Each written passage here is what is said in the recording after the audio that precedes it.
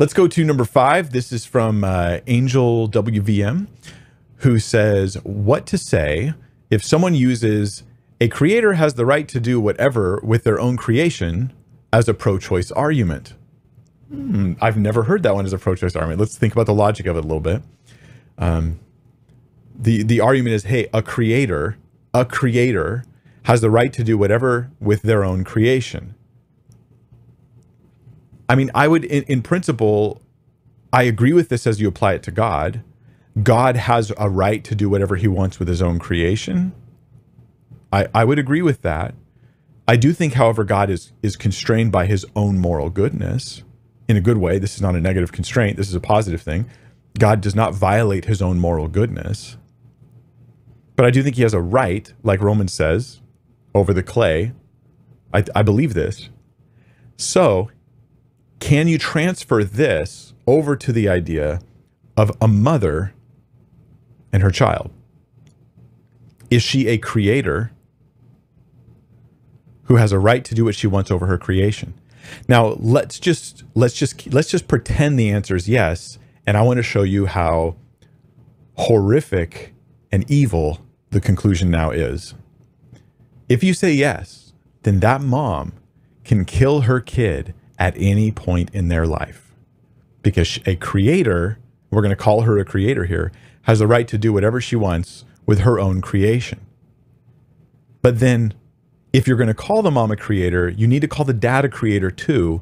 So two people have a right to kill this thing, or maybe you require them to agree. At any rate, none of this is the pro-choice position yet, right? Though they definitely don't preach or teach that you should be able to kill a child that's 7 years old to go shoot your 15-year-old in the head because you decided you have a right to do what you want with your own creation.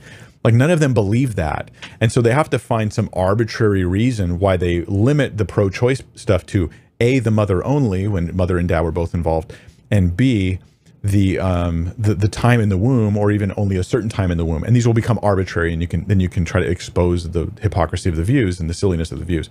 But then, okay, so it's horrific. It's horrific. This means that my mom could like walk up right now, my 4 foot, I think she's 4'10" now, she's shrinking. My 4'10" mother could walk up with a knife, stab me in the neck right now, and that pro-choice person who said a creator has the right to do, they would have nothing to say about this.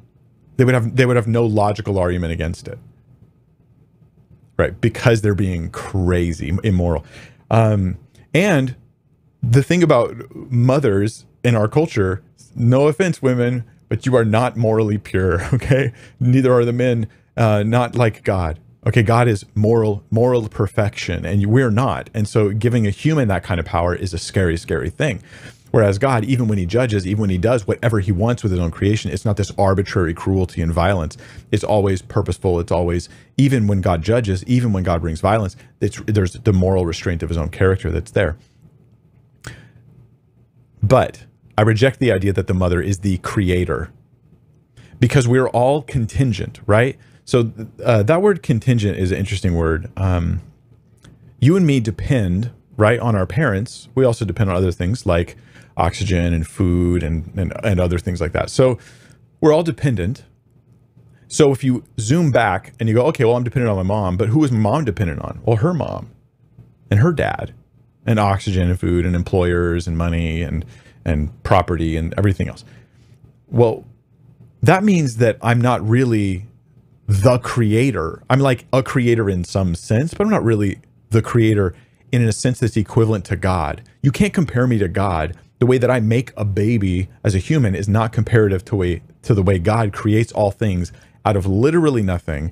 Everything's contingent upon him, and it doesn't go vice versa. He doesn't depend on anything. So that your mom, who's there killing you now at the age of 25 because she doesn't like the way your mustache looks, and she has the right to do what she wants with her own creation, she herself is someone's creation. God's creation, even more than her parents. And so God, who's the ultimate creator, has us prescribe moral policies and moral rules for how we should conduct ourselves. So if we're going to say that a creator has rights, then it has to start with God and trickle down from there. And we have to realize we're not creators in the same sense, and we're also dependent upon him, and therefore we're required to obey his laws and his rights. I guess I'm just saying everything about that statement is foolish.